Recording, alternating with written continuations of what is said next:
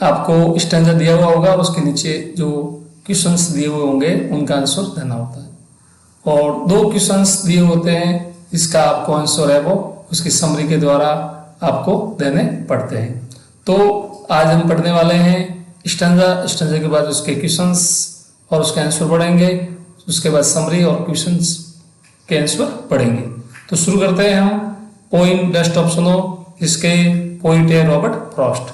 Stanza जो first है वो हम पढ़ते हैं सबसे पहले।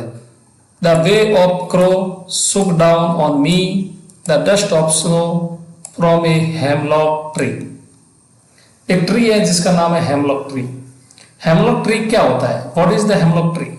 तो हेमलॉक ट्री एक पॉइजनस ट्री होता है जिसके ऊपर वाइट फ्लावर्स आते हैं और ये जो है वो नेगेटिविटी के जो रिपर्स करता है उसका प्रतीक है। तो इसमें ये जो पहला है ये बताया है कि द वे ऑफ क्रो सुक down on me the dust of snow from a hemlock tree. इसके अंदर जो हेमलॉक ट्री है उसके ऊपर एक क्रो बैठा है और वो क्रो क्या करता है, उसको सुक डाउन कर लेता है, हिला देता है।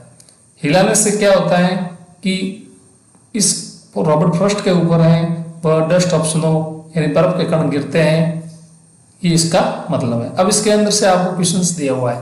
पहला क्वेश्चन है कि where was the crow sitting, कि क्रो कहाँ बैठा हुआ है। तो इस स्टैंजा के अंदर से ही आपको है वो एक क्वेश्चंस के आंसर देना है। तो इसका आंसर है कि the crow was sitting on A branch of hemlock tree. जो क्रो है वो हेमलॉक ट्री के ऊपर बैठा हुआ है। नेक्स्ट है what did the crow do. Crow क्या करता है? क्रो क्या करता है? तो ही crow the crow sit down the tree. Crow क्या करता है? यहाँ पे द है, the crow shook the tree, इस पेड़ को हिलाता है। Causing some dust of snow, यानी कि जो स्नो की जो डस्ट है उसके कारण उसको हिलाता है। और फॉल ऑन द पॉइंट, और ये जो डस्ट है जो कण है वह बर्फ के इस पॉइंट के ऊपर गिरते हैं, रॉबर्ट फ्रॉस्ट के ऊपर।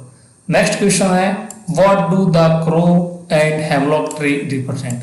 हेमलॉक जो ट्री है और जो क्रो है वो किसका रिप्रेजेंट करते हैं? तो ये जो दोनों रिप्रेजेंट करते हैं दे रिप्रेजेंट सॉरो और नेगेटिविटी स्टेट। ये जो दुख और नेगेटिवली नकारात्मक जो कंडीशन है उसके बारे में है वो इसका रिप्रेजेंट करते हैं। Which is why the poet was having bad on day. उस दिन कवि का जो है पूरा दिन है वो बैड डे था। हाउएवर फिर भी the crow action ultimately leads to a positive outcome. लेकिन क्रो की जो कुएं की जो एक्शन थी, यानी उसको पेड़ के ऊपर आया था और उसको हिलाया था पेड़ को, तो उसकी जो नेगेटिविटी से पॉजिटिविटी कंडीशन हो गई कवि की। अब जो नेक्स्ट है स्टैंजा सेकंड। स्टैंजा सेकंड ये जो पोइम है वो सबसे छोटी पोइम है। Has given my heart a change of mood and save some part of a day I had rued. Have given my heart a change of mood. इससे कवि को क्या हुआ कि बिल्कुल जो हार्ट है उसका जो हृदय परिवर्तन, उसका मूड है वो परिवर्तन हो गया। And save some part of a day, और डे का जो कुछ पार्ट है, दिन का जो शुरुआत है, दिन के जो घंटे हैं, टाइम से मिनट्स हैं, वो उसके लिए बच गए, यानी उसका दिन अब नेगेटिविटी से पॉजिटिविटी हो गया। अब इसके अंदर जो प्रश्न है वो प्रश्न इस प्रकार के हैं। What effect did the falling snow have on the poet. यानी कि जो फॉलिंग स्नो है, जो गिरने वाली स्नो है, कवि के ऊपर क्या इफेक्ट करती है, क्या प्रभाव डालती है।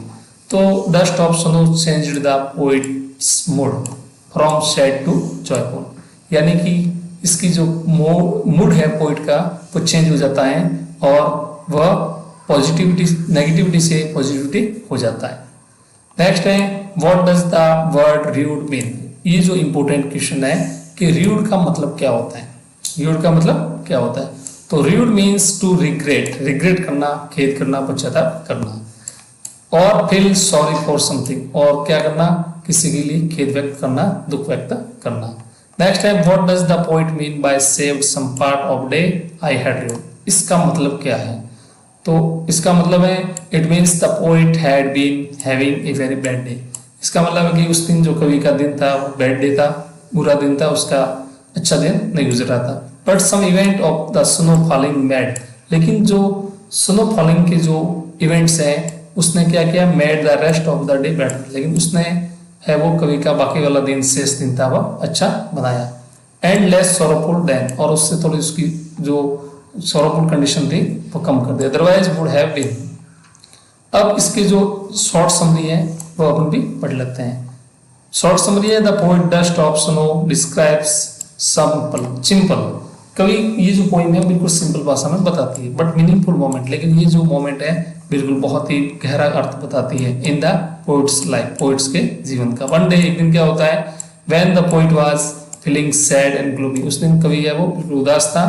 और a crow sitting on hemlock tree, उसी पेड़ के ऊपर वो एक कौवा बैठा हुआ था। सुक सम डस्ट ऑफ स्नो, और उसने है वो डस्ट ऑफ स्नो को हिलाया, गिराया उसके ऊपर, ऑन टू हिम, कवि के ऊपर। This small act of nature, ये जो स्मॉल एक्ट, ये जो छोटी सी एक्शन है, suddenly changed the his mood, उसका कवि का मूड है वो चेंज कर लेती है। मेकिंग हिम हैप्पी, कवि को क्या होता है, हैप्पी फील होता है, खुश होता है। एंड रिफ्रेश, उसका मूड है वो चेंज हो जाता है, रिफ्रेश हो जाता है। द पोएट रियलाइज दैट, कवि क्या महसूस करता है, every small and unexpected thing, यानी कि हर छोटी छोटी वस्तु जिसका, और अनएक्सपेक्टेड से जो अप्रत्याशित वस्तु है, बातें हैं, can bring Joy and positivity, वो हमारे अंदर क्या ला सकती हैं, जॉय ला सकती हैं, और हमारा पॉजिटिव जो नेचर है वो बदल सकती हैं इनटू लाइफ, अपने जीवन को बदल सकती हैं। इसके अंदर जो कवि क्या मैसेज देना चाहता है, तो small moments can make a big difference, छोटे छोटे जो मोमेंट्स हैं वो अपने अंदर है वो बड़ा परिवर्तन कर सकते हैं। And nature has a power to heal our mood, और ये जो अपना नेचर है वो अपने पूरे मूड को हिला देता है, परिवर्तन कर सकता है, उसको बढ़ सकता है, उस बहुत कुछ परिवर्तन कर सकता है। तो ये एक छोटी सी पोइम है, इसको मैंने अच्छे ढंग से आपको समझा दिया है। धन्यवाद, जय हिंद, जय भारत।